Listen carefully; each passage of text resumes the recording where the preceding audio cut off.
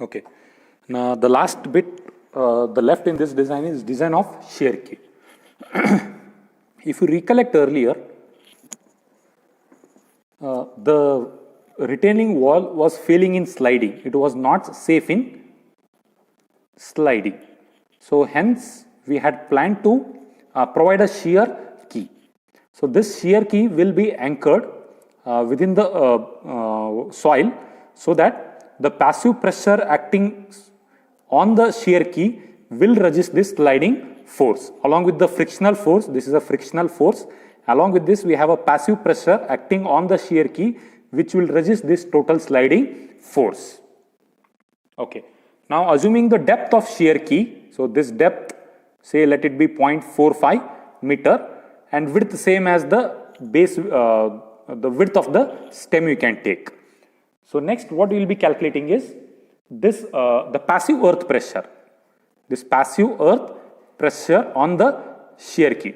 Passive earth pressure on shear key. So which will be calculated as the coefficient of passive earth pressure into the depth 0.45 meter,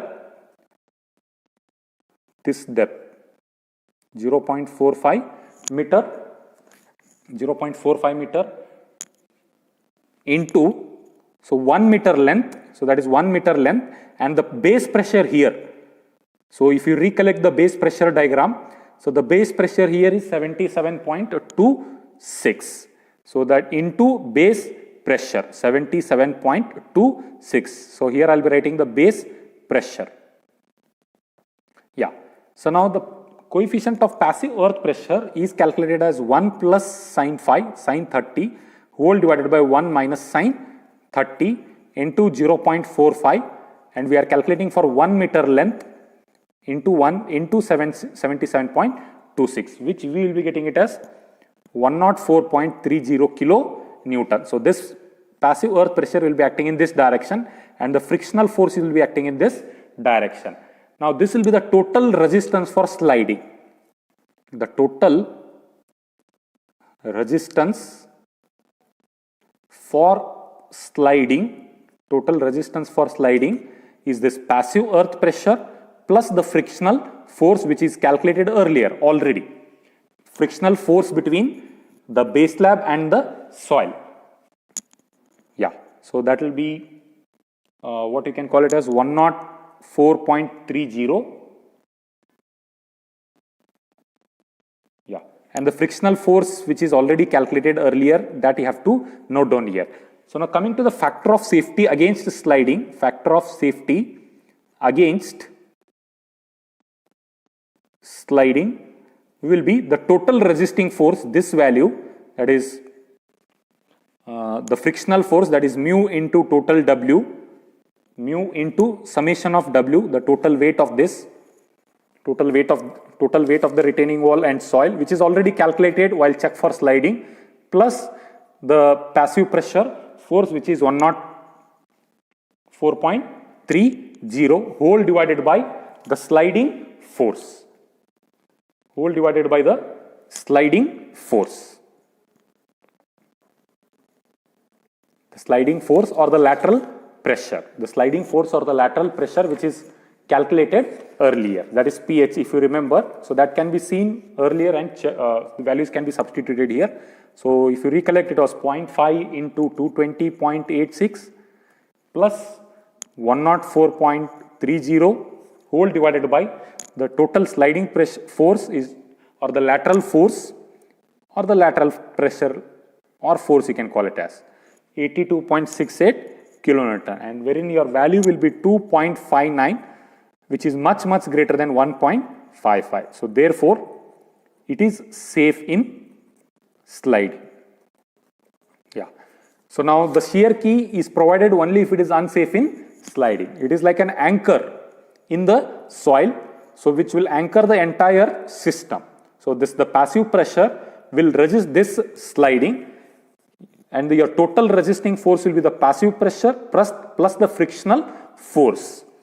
And finally the factor of safety against sliding will be the total resisting force, that is the frictional force plus the passive pressure whole divided by the sliding force or the horizontal pressure. So once you do that, you will be getting it is 2.59, which is greater than 1.55.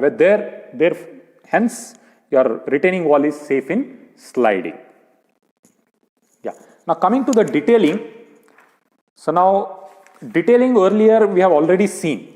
So the detailing of each individual element we had already seen. Detailing of cross section of retaining wall. Yeah. So now if you recollect from your earlier designs,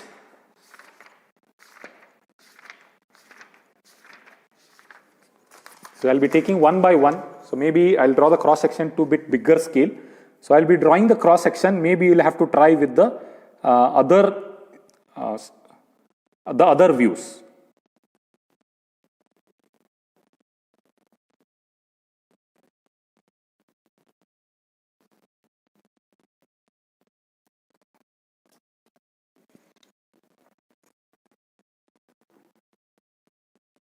Yeah.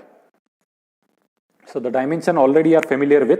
So maybe I'll start with the stem. Sorry, I missed out stem again. Sorry, the shear key. So the shear key, it has to be monolithic. So this will not be there. So this has to be striked out. So this is not drawn to the scale. This is not to scale. I'll just write it as not to scale.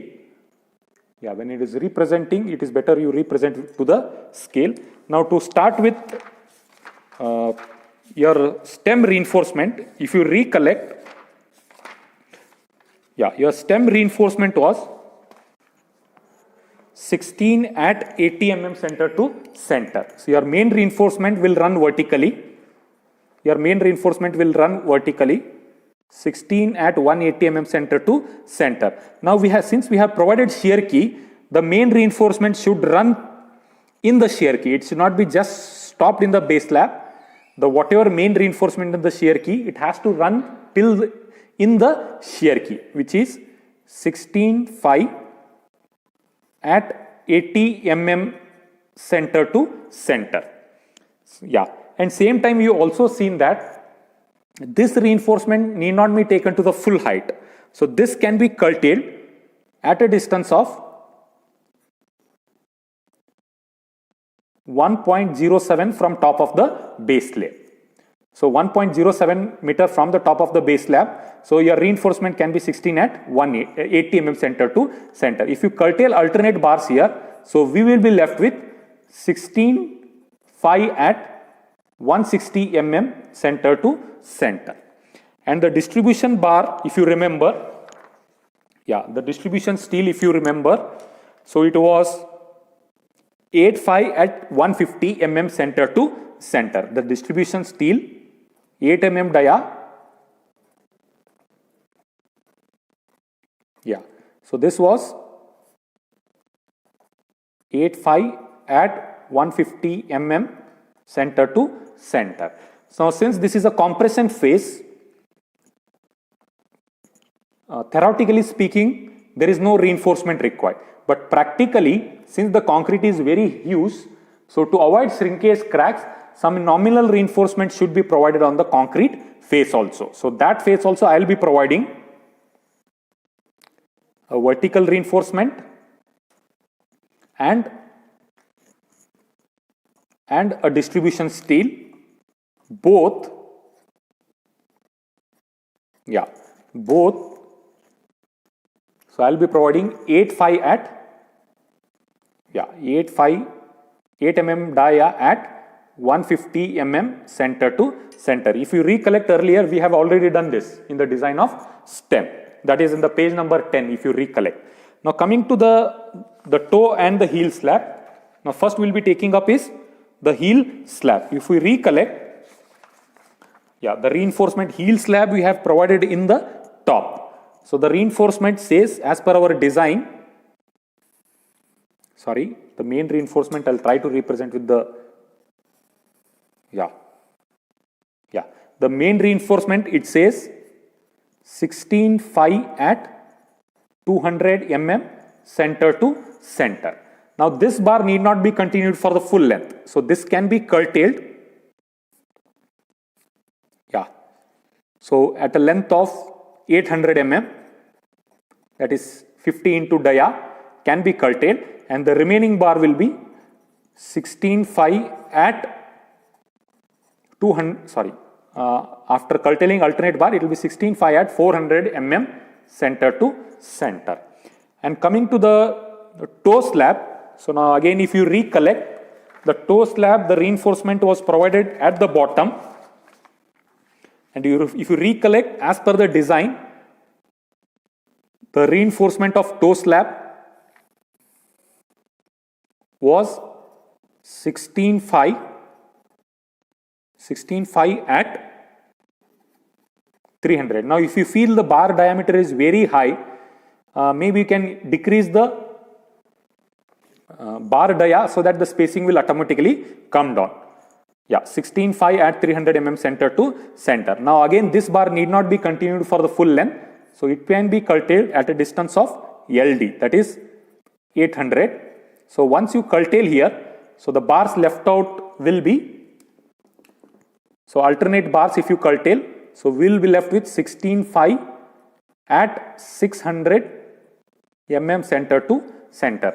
Now since these bar diameter spacing happens to be very high, so we can bring down the bar dia so that we'll be having very closely spaced bar spacings. Now to quickly brief fast, so the stem will have a main reinforcement of 16 at 80, running from top to the anchored in the shear key, and alternate bars are curtailed at a distance of 1.07 from the top of the base slab. So wherein you will be left with a reinforcement of 16.5 at 160 mm center to center, and distribution on both the face will be 8.5 at 150 mm center to center. Now coming to the heel slab, the main reinforcement is provided at the top, which is 16.5 at 200, curtailed after a LD of 800 mm. So I will be left with 16.5 at 400 mm center to center. Now coming to the toe slab, your main reinforcement requirement was 16.5 at 300 mm center to center, continuing the same and curtailing at a distance of 800 from the face. So you will be left with 16.5 at 600 mm center to center. So that completes with the entire design of retaining wall. So now this is one cross section, is simple cross section is shown. So now maybe you can visualize and draw the views from the other side also. Maybe this view, maybe I'll call it as V1. You can practice this view from 1. So when you are viewing in this direction, so view from 2 and view 3, that is the top view of this, of the top view of the base slab. Herein you can see only the reinforcement at the top, and the bottom view of the V slab, V4. So these V1, V2, View 3 and View 4 can be visualized and drawn from your side. That will be a part of assignment which will be mentioned in the Google Classroom. So with that, we are completing the design of cantilever retaining wall. Thank you.